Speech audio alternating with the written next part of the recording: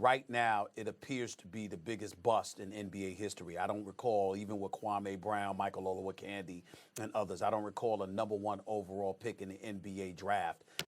In the nearly 78 years the NBA's been in existence, I'll admit, there haven't been a ton of first overall picks who shattered expectations. But ladies and gentlemen, Markelle Fultz is an extremely rare case. From his mysterious injuries to his absurd-looking shooting form, even strange stories behind the scenes that you probably had no idea about. Once thought of as a franchise savior, it all turns so disastrous that you wouldn't even believe it really happened. So strap in, because this is going to be an interesting one. In 2017, all the noise entering the NBA draft came from LeVar Ball as he hyped up his son Lonzo Ball as a future Hall of Fame lock. However, the Philadelphia 76ers weren't caught up in the noise, and they traded up to select Fultz, number 1 overall. See, back in March of 2017, the next best thing was here. After not making the varsity team his freshman and sophomore year, Fultz first made a name for himself back when he was a junior in high school, averaging 17 points, 8 rebounds, and 4 assists per game, earning him Player of the Year honors in the Washington Catholic Athletic Conference, a top high school league in the country that produced a multitude of NBA players. But the recruiting buzz intensified, propelling him to a 5-star recruit and a top 10 prospect in the 2016 class. But the next phase of his rising career was truly something else. As a freshman at Washington, Fultz averaged 23 points and 6 assists per game to go along with an elite 41% clip from the three-point range. His 23 points per game set a Pac-12 record, earning him first-team All-Pac-12 and third-team All-American honors. This was the kid scouts were raving about. Athletic, a triple threat scorer, and court vision unlike anyone in recent drafts.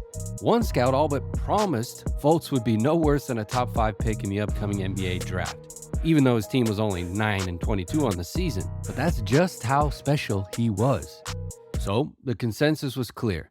Fultz was the anticipated first overall pick in the 2017 NBA draft. The process in Philly envisioned Fultz as a cornerstone alongside Joel Embiid and Ben Simmons on a team that was finally looking forward to putting together their first winning season in years. But when I say Fultz's first year in the NBA was unlike anything ever, I really mean it. See, it started like many of us expected. Fultz looked sharp and poised for a takeoff, even during Summer League. Though he did have minor injuries with his knees and his shoulder, no one really made any deal out of it at the time, as everybody just waited for Fultz to hit center stage in his NBA debut. All we heard was praise, with an ex-NBA coach saying, quote, "He's capable of being one of the best guards in the NBA. Every year he's going to get better and better and better. I know that's his goal, and I've learned through the years to never bet against him." But Philly, initially glancing over his shoulder problems and not reporting Fultz on the injury report, turned out to be a terrible mistake. See, through his first 4 NBA games, Fultz was shooting free throws worse than Shaq and was passing up jumpers like he was Dwight Howard. Something was really going wrong. After an October 23rd game at Detroit, in which Fultz played just 16 minutes and took only 4 shots, the Sixers had to make some changes. And what happened next was shocking, to say the least. Just a couple of days later, Fultz's agent leaked to the media that Fultz had a serious shoulder injury and fluid drained out of the back of his shoulder. And to quote him, he literally cannot raise up his arms to shoot the basketball. This was alarming on so many levels. I mean, if something this serious was going on with Markelle Fultz, why didn't the Sixers organization find out before? Or were they really just trying to hide the painful truth? Because remember one thing, Joel Embiid and Ben Simmons were already 2 Sixers lottery picks who missed at least 1 season due to injury. Embiid missed more than 1.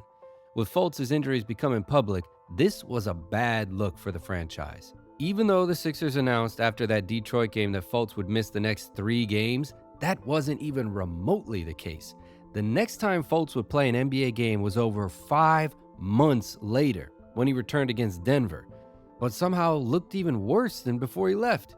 During his hiatus, Fultz was supposed to undergo some special treatment on his shoulder, but apparently he either didn't get that treatment at all or it just didn't work. But either way, the outside noise and scrutiny were full-fledged and harsh. Even when he got back in March, he wouldn't even answer questions about what was wrong with him. Markelle, did you do something to your shoulder, or did you just start feeling soreness all of a sudden? When you And because people weren't exactly sure what was wrong with him and didn't understand the severity of his injury like we do now, critics use this as an opportunity to say that he didn't care enough, that he lacked confidence and spirit, that he was already the biggest bust ever. Suddenly, in just one short year, he went from a top prospect to being a guy that no one could truly wrap their mind around. The shoulder injury haunted him, altering his shooting mechanics and diminishing his impact on the court.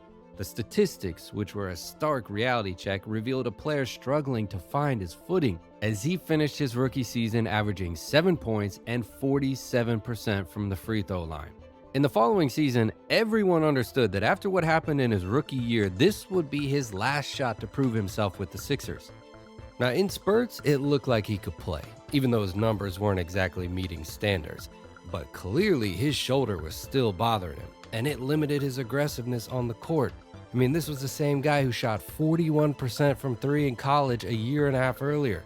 But look how they're not even guarding him from the three-point line at this point. All it took was 19 games into his second season before the Sixers announced that Fultz would miss more time with the same injury. And again, when reporters asked him about what was limiting him, he didn't want to answer. Are you fully recovered? How are you feeling right now? I'm not going to sleep on that, so. Less than a month later, it was announced that Fultz would be out indefinitely with an injury. And indefinitely turned out to be the entire rest of the season, even after he was traded to the Orlando Magic in February of 2019 because he was diagnosed with something known as a thoracic outlet syndrome. What? This happens when blood vessels or nerves are compressed between the collarbone and the uppermost rib, causing shoulder pain and finger numbness. At this point, it looked inevitable. Markelle Fultz's career was over. Anytime you're traded less than 2 years after being the first overall pick in the draft, that screams of all the red flags. His right shoulder bothered him and worsened. As he lost strength in his right arm and felt increasing pain, he changed his once reliable shot form. Even his free throws just looked painful to watch. Now at the team foul limit, the Sixers, for their part in the penalty, And many fans stood by the fact that Fultz was unable to deal with the spotlight and even had mental health issues. But here's where the story took an unexpected turn. A year later, the outlook for Fultz changed. He played in all but one of the Magic's games up until the shutdown in March 2020, entrenching himself as a starting point guard and finally proving that he could remain healthy over a significant stretch. But above all, Fultz looked like he rectified his career, vastly improving his free throw percentage, points, assists, rebounds, and steals.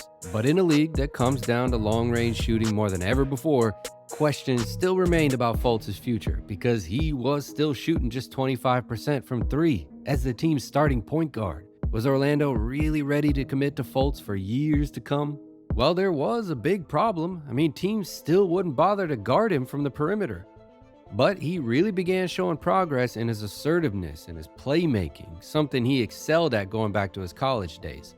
And despite Fultz's struggles shooting from long range, that didn't mean he was only effective inside the paint. The thing was, he made just 30% of his mid-range attempts during his second season in Philadelphia, but in his first season with Orlando, he shot around 40% from the midi, placing him right around the league average for guys at his position. So this was a huge step up. Clearly, it was just a matter of comfort in that shoulder. See how his release point is much higher and more natural looking than his release point on three-point attempts? Just when it looked like it was prematurely over, there was a reasonable possibility that Fultz could grow into a quality starting point guard on a good team. On January 15th of that season, Fultz showcased his superstar potential. With key starters out with injuries, Fultz recorded a triple-double and led the Magic over the Lakers in Los Angeles, 119-118. He capped his 21-point, 11-rebound, 10-assist performance with 2 baskets and an assist in the game's final minute. But none bigger than this all-world move and shot right here. He finds, he goes right around McGee to score. Right around. Seeing him make something out of himself in Orlando was inspiring and began showing that his commitment and confidence perhaps weren't ever issues, really. He responded to the doubt out there with that performance, and by his own comments saying, quote, "I think it just shows that I'm the number 1 pick. I don't have anything to say for people that doubted me, but just look at the stats. The numbers don't lie. I'm just having fun, you know? It's not really about them, it's about the team and just being on the floor. Had the 2019-2020 season not gone on a hiatus, Fultz would have made one of the most impressive runs at both the Most Improved Player and Comeback Player of the Year awards, especially with the criticism and backlash he got in his first 2 seasons. The bounce back factor was huge. He revitalized his whole dang career in less than 1 year in Orlando. In the following season, there was legitimate reason to believe that Fultz would recapture his superstar potential with how he looked to start the season. He hit the ground running with a 15-point performance in the first game of the season and then had a 21 and 26-point game.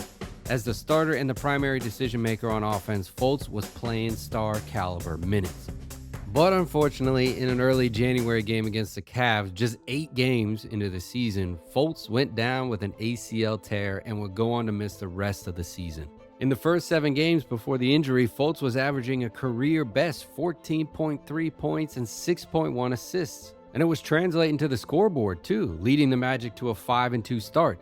The team lost 6 in a row right after his injury and won just 16 games the entire rest of the season.